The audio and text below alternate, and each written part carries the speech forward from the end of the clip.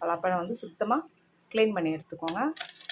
குட்டி குட்டி பழம் ரொம்ப இனிப்பாக இல்லைன்னா கூட பரவாயில்ல, நம்ம லேசாக சக்கரை போடுவோம். ஸோ வந்து எந்த பழம் கிடைச்சாலும் நல்லாயிருக்கும் செய்கிறதுக்கு. இது கொஞ்சம் இனிப்பாகவே தான் இருக்குது. இந்த மாதிரி சுத்தம் பண்ணி எடுத்துகிட்டு அதை வந்து நம்ம குட்டி குட்டி பீஸாக கட் பண்ணி எடுத்துக்கலாம். இந்த பாருங்கள், இந்த மாதிரி ஒரு கனமான பாத்திரத்தில் இது மட்டும் பழம் மட்டும் நம்ம இந்த மாதிரி எடுத்து கட் பண்ணி இந்த மாதிரி குட்டி குட்டியாக வச்சுக்கலாம். இதுக்கப்புறம் இதில் கொஞ்சமாக லேசாக தண்ணி ஊற்றி, இதிலே இந்த பழத்திலே வந்து தண்ணி இருக்கும். ஸோ வந்து லேசாக தண்ணி ஊற்றி நம்ம மூடி போட்டு சின்னதாக சிம்மில் வச்சு ஆவி ஏற்றி வேக வச்சுக்கலாம். இப்போ நம்ம ஸ்டவ்வு பற்ற வச்சாச்சு. கொஞ்சமாக தண்ணி பாருங்கள், இந்த அளவு தண்ணி தான் நான் இதில் ஊற்ற போகிறேன்.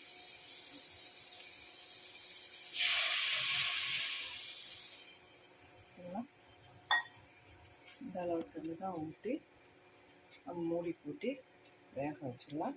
ஸ்லோவில் வச்சு வேக வச்சிடலாம். நம்மளுக்கு தேங்காய் தேவை. இந்த மாதிரி துருவன தேங்காய், அப்புறம் 2 ஏலக்காய். அது வேகிறதுக்குள்ளே இதை வந்து நம்ம தேங்காய் பாலாக எடுத்துக்கலாம். ஆனால் இது வந்து நம்ம வடிகட்ட தேவையில்லை. தேங்காய் பால் அதிலே நல்லா கையிலே நல்லா நசுக்கி எடுத்துட்டு நல்லா புழிஞ்சிட்டு அந்த தேங்காவோடவே நம்ம போட்டுக்கலாம். ஏன்னா வந்து நம்ம இது ரொம்ப குட்டி குட்டியாக தான் திருவி இருக்கிறோம் பாருங்கள். ஸோ அப்படியே நம்ம ஊற்றிக்கலாம். நம்ம வந்து கிளறி விடணும், இல்லைன்னா அடி பிடிச்சிக்கும். இதிலே தண்ணி இருக்கும் பாருங்கள், அதெல்லாம் வெளியில் வந்துடும். அதெல்லாம் வந்து இன்னும் ஒரு 5 நிமிஷம் தான், ரொம்ப வேக தேவையில்லை. பாருங்கள், அப்படியே பழப்பழம் ஆயிடுச்சு பாருங்கள். 2 நிமிஷம் ஆவி வந்தாலே போதும். இது 2, இன்னும் ஒரு நிமிஷம் வேறு. இப்போ ஆயிடுச்சு பாருங்கள். எனக்கு போதும். இப்போ வந்து நம்ம இனிப்புக்கு ஏற்ற மாதிரி சர்க்கரையை போட்டுக்கலாம். ரொம்ப சர்க்கரை வேணுன்றவங்க அதிகமாக போட்டுக்கோங்க, கம்மியாக போதும் அப்படின்றவங்க கம்மியாக போட்டுக்கோங்க. நான் ஒரு 4 ஸ்பூன் இப்படி சேர்த்துருக்குறேன். வெந்த பிறகு தான் சர்க்கரையை போடணும். சர்க்கரையை போட்டு நம்ம நல்லா வெந்துச்சு பாருங்கள். 2 நிமிஷம் தான், அதுக்கு மேலே வைக்கக்கூடாது. இப்போ பார்த்திங்கன்னா நான் இந்த கல்லில் வச்சு இதை நசுக்கி எடுத்துருக்கிறேன் பாருங்கள். போட்டுக்கலாம்.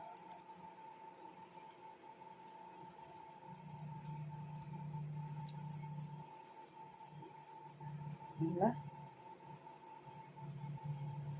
ஏலக்காவை நல்லா நசுக்கி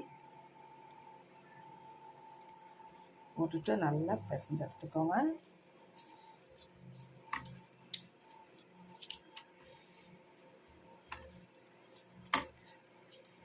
நம்ம பால் ஊற்றுனதும் ஆஃப் பண்ணிடணும், கொதிக்கக்கூடாது.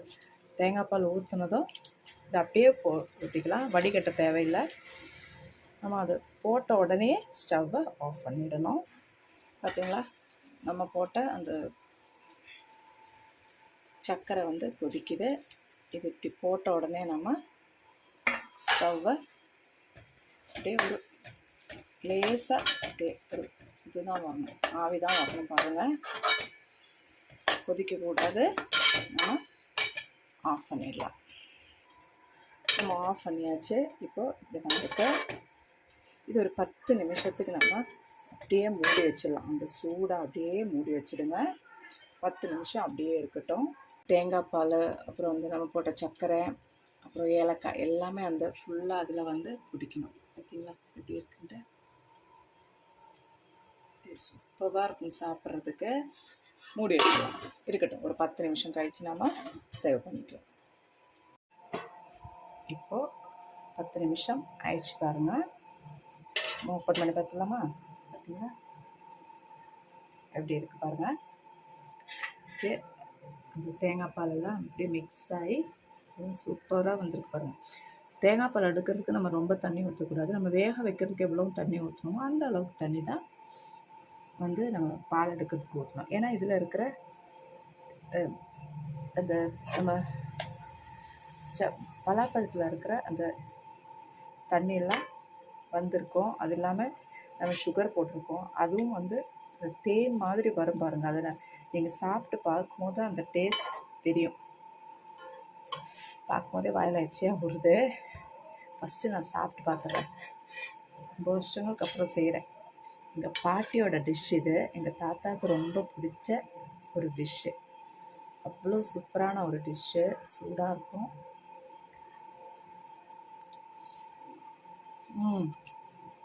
சூப்பர்.